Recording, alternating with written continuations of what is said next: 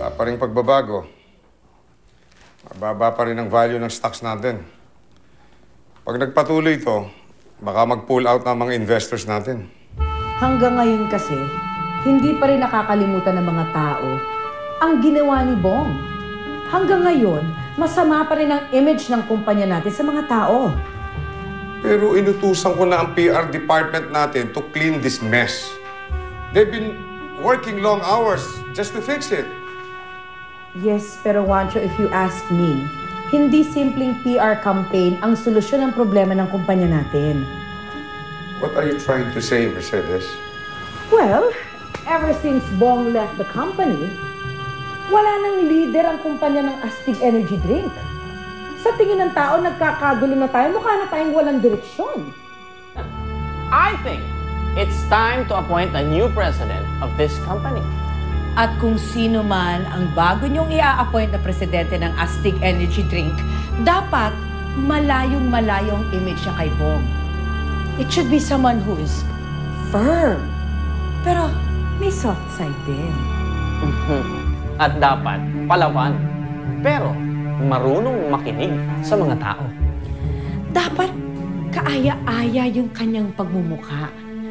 Yung hindi intimidating, dapat pleasing. And who do you have in mind? Sino pa nga ba? Eh di si Mama. Oh, naku naman, Marco. Can you not listen to my son? Naku, 25 years na lang naman ako nagtatrabaho sa kumpanyang ito. Kung saan-saang department na nga ako napunta. Eh, alam ko na nga lahat ng pasikot-sikot ng kumpanyang ito. And not to mention, malaki ang malasakit ko sa kumpanyang ito. No, I don't think I have the qualifications it takes to become the new president of this company. I'm sure marami pang iba dyan ang karapat-dapat.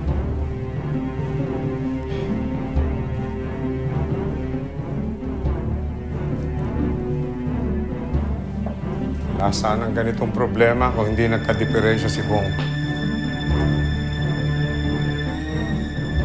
Kung nasan ka man, sana maayos ka. At sana bumalik ka na sa iyong katinuan.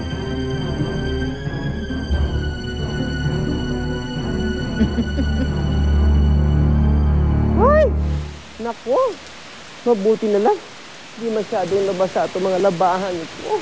Ano kaya si Daisy? Batang yan talaga. Saan na nagpupunta yun?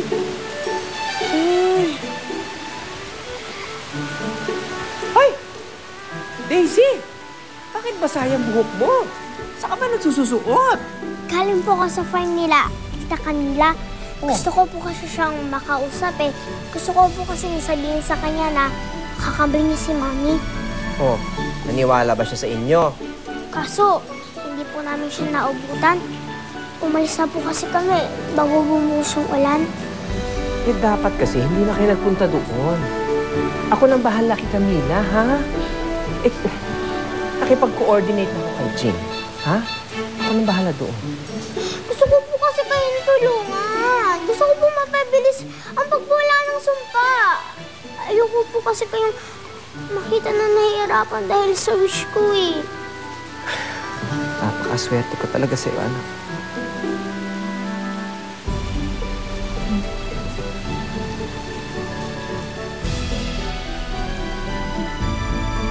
Mumu. Paano ko ba ito sasabihin sa kanya? Sana kasi may interpreter na lang ako. Camila? May sasabihin sana ako sa'yo eh. Pero promise mo di ka magagalit ganito kasi. Galing kasi ako kay Sir Bong kanina. Pero hindi para makipag-close sa kanya. Binisita ko siya para magtanong-tanong kung totoo talaga yung kakambal mo. Siyempre, katulad mo, ako din curious kung totoo talaga yung sinasabi niya. And guess what I found out? Itong Rose daw ay lumaki sa Mount Carmel Center sa parehong ampunan kung saan ka natagpuan na lamiging. Eh, di ba? Paano naman malalaman yun ni Sir Bong kung hindi siya nagsasabi na totoo, di ba? Hindi kaya yung kakambal mo, si Rose, yung pumanong na asawa ni Sir Bong?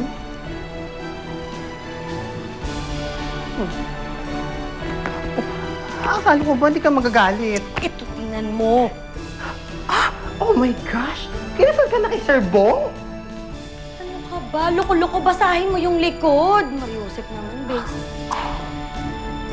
This can only mean one thing.